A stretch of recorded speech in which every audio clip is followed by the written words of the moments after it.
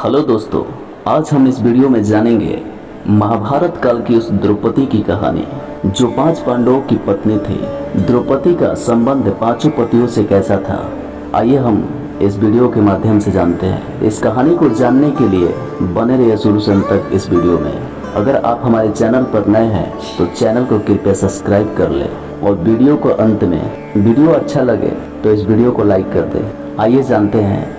द्रौपदी भारत की वो प्रथम महिला है जिसके 5 पति थे या वह 5 पुरुषों के साथ रमण करती थी। द्रौपदी की कथा व्यथा से बहुत कम लोग ही परिचित होंगे। क्या उन काल का समाज बहुपतित्व वाली स्त्री को एक्सेप्ट कर सकता था?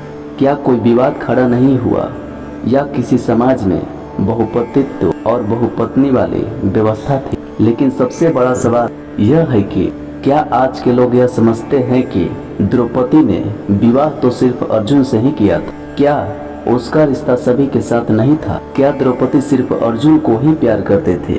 द्रौपदी के नाम से तो सभी लोग जानते हैं, पंचाली के नाम से भी सभी लोग जानते हैं, लेकिन द्रौपदी का कुल मिलाकर 5 नाम थे।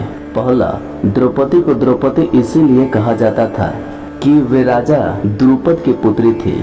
उन्हें पंचाली इसलिए कहा जाता था, राजा द्रुपद पंचाल देश के राजा थे। उनका एक नाम कृष्णा भी था क्योंकि वो भगवान कृष्ण की सखी थी। उनका एक नाम याग्नि भी था क्योंकि वे यज्ञ करने के बाद पैदा हुई थी। और अंत में उनका एक नाम सिरंध्री भी था। सिरंध्री का अर्थ होता है पति के अलावा अन्य पुरुषों के साथ रमण करने वाली। लेकिन यह सच नहीं है। अज्ञातवास के दौरान द्रौपदी ने राजा विराट के यहाँ उनकी पत्नी सुदेशना के सौंदर्य की देखरेख करने वाली के रूप में काम किया करती थी, इसीलिए उनका नाम सिरंध्री था। सिरंध्री के रूप गुण तथा सौंदर्य से प्रभावित होकर महारानी सुदेशना ने उसे अपनी मुख्य दासी के रूप में नियुक्त कर लिया था। कुछ लोग कहते हैं कि वे राजा विराय के राज्य में सुगंध और इत्र बेचते थे, इसीलिए उसे सिरंध्री कहा जाता था। उल्लेखनीय है कि 12 वर्ष के वनवास के बाद पांडवों ने अज्ञात में मत्स्य देश के राजा विराट के राज्य में समय व्यतीत किया था। पांचों ने अपनी योग्यता अनुसार राजा के यहाँ भिन्न भिन्न कार्य को संभाला था।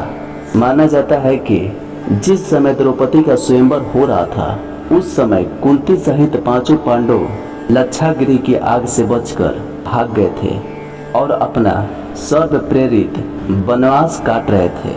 इस दौरान 5 पांडव एक कुम्हार के घर में रहा करते थे और भिक्षाटन के माध्यम से अपना जीवन यापन करते थे। ऐसे में भिक्षाटन के दौरान उन्हें द्रौपदी स्वयंवर में मिली थी। एक दिन की बात है, पांडव और ब्राह्मण लोग आश्रम में बैठे थे। उसी समय द्रौपदी और सत्यभामा भी एक जगह बैठी थी। दोनों ही आपस में बातें करने लगी। सत्यभामा ने द्रौपदी से पूछा, आप बताएं कि आप पांडवों के साथ कैसा आचरण करती है? उचित प्रश्न जानकर तब द्रौपदी बोली, मेरे 5 पतियों से बहुत अच्छे संबंध हैं। सुनो, मैं अहंकार और काम क्रोध को छोड़कर बड़ी ही सावधानी से सब पांडवों की स्त्रियों सहित सेवा करती हूँ। मैं ईर्ष्या से दूर रहती हूँ, मन को काबू में रखकर कटु भाषण से दूर रहती हूँ, किसी के समक्ष असभ्यता से खड़ी नहीं होती हूँ, बुरी बातें नहीं करती हूँ और बुरी जगह पर नहीं बैठती। पति के अभिप्रायों को पूर्ण संकेत समझकर अनुसरण देवता मनुष्य सजा धजा या रूपवान कैसा भी ही पुरुष, मेरा मन पांडवों के सिवाय कहीं नहीं जाता। उनके स्नान किए बिना मैं स्नान नहीं करती, के बैठे बिना मैं स्वयं नहीं बैठती। जब जब मेरे पति घर में आते हैं मैं घर साफ रखती हूँ, उस समय पर भोजन कराती हूँ, सदा सावधान रहती हूँ। घर में गुप्त रूप से अनाज हमेशा रखती हूँ। मैं दरवाजे के बाहर जाकर खड़ी नहीं होती हूँ। पति देव के बिना अकेले रहना मुझे पसंद नहीं। साथ ही सास ने मुझे जो धर्म बताए हैं मैं सभी का पालन करती हूँ। सदा धर्म की शरण में रहती हूँ। द्रौपदी के 5 पुत्र भी थे। द्रौपदी ने भी एक वर्ष के अंतराल से 5 पांडवों के एक पुत्र को जन्म दिया। युधिष्ठिर के पुत्र का नाम प्रतिबिंध्य, भीमसेन के उत्पन्न पुत्र का नाम सुतसोम, अर्जुन के पुत्र का नाम श्रुतकर्मा, नकुल के पुत्र का नाम शतानीक, सहदेव के पुत्र का नाम श्रुतसेन रखा गया। युधिष्ठिर की दूसरी पत्नी देविका थी।